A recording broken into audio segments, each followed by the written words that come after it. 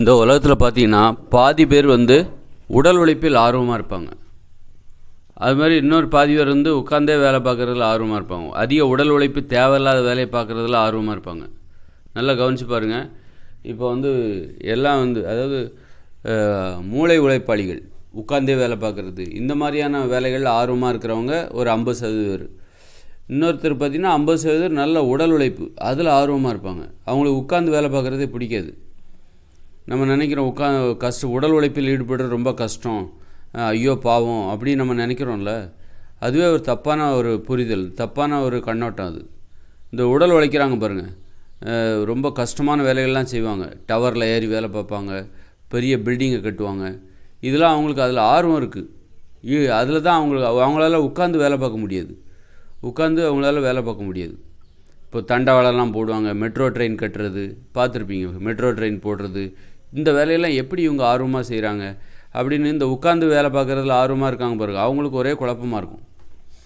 அதுவே இந்த உடல் உழைப்பில் ஈடுபட்டு வேலை பார்க்குறாங்க பாருங்கள், ரொம்ப கடினமான வேலைகளில் உடல் உழைப்பு இதெல்லாம் ஈடுபட்டு இந்த மாதிரி தண்டவாளம் போடுறது, மெட்ரோ ட்ரெயின் போடுறது, பெரிய கட்டடங்களை கட்டுறது, வான் உயர்ந்த கட்டடம் கட்டுறது, அவங்களுக்கு இந்த உட்காந்து எப்படி தான் வேலை பார்க்குறாங்களோ தெரில, பாவம் உட்காந்தே வேலை பார்க்குறாங்க, நம்மளாலாம் முடியாதுப்பா அப்படின்னு சொல்லி இந்த உடல் உழைப்பில் ஆர்வம் உடையவர்கள் இருப்பாங்க. 2 விதமான அறிவாளிகள் இந்த உலகத்தில் இருக்காங்க. அது எப்படின்னா, உடல் உழைப்பு சார்ந்த மேதாவிகள். உடல் உழைப்பில் அவங்க ஒரு மேதாவியாக தைரியமானவங்களாக இருப்பாங்க. ரொம்ப உயரமான டவர்லையும் ஏறுவாங்க. மேலேருந்து கீழே பார்த்தா இப்போ அவங்களுக்கு தைரியமாக பார்ப்பாங்க. அவ்வளோ உயரம், எவ்வளோ பெரிய உயரமாக இருந்தாலும் அந்த தைரியமாக ஏறி பார்க்குறவங்க இவங்கெல்லாம் உடல் உழைப்பு மேதாவிகள். உடல் உழைப்பில் இவங்க பெரிய அறிவாளிகள்.